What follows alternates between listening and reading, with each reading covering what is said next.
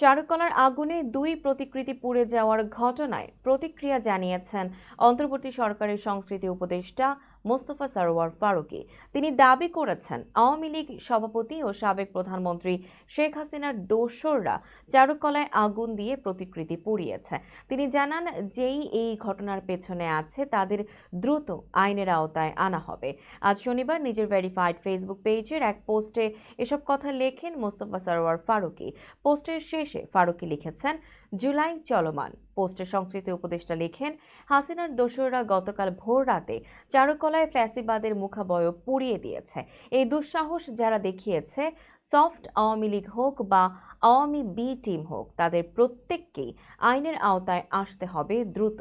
এই শোভাযাত্রা থামানোর চেষ্টায় আওয়ামী লীগের হয়ে যারা কাজ করছে, আমরা শুধু তাদেরকে আইনের আওতায় আনবো তা না, আমরা নিশ্চিত করতে চাই এবারের শোভাযাত্রা যেন আরও বেশি তাৎপর্যপূর্ণ হয়। শোভাযাত্রায় আরও বেশি মানুষ অংশ নেবে জানিয়ে ফারুকী লেখেন, কালকে রাতের ঘটনার পর হাসিনার দোসররা জানিয়ে দিয়ে গেল, বাংলাদেশের মানুষ এক হয়ে উৎসব করুক, তারা এটা চায় না।